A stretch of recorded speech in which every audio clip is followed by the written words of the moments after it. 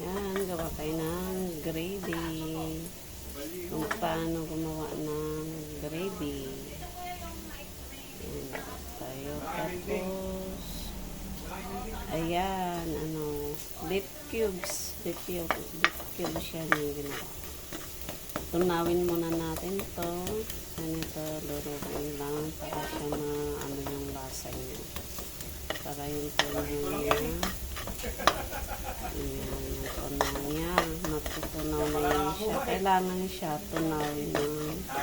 tunawin siya ng gusto.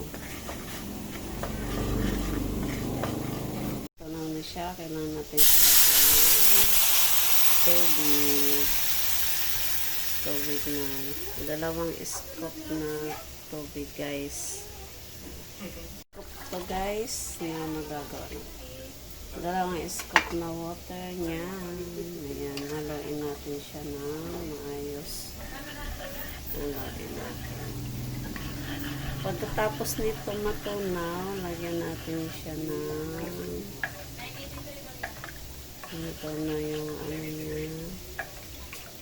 Kailangan natin siya lagyan natin siya ng powder. Sana yung powder. Guys, kailangan siya kuloyin natin na siya ng gusto. Tapos lagyan natin ng powder. Ayan, para mayroon siyang lasa.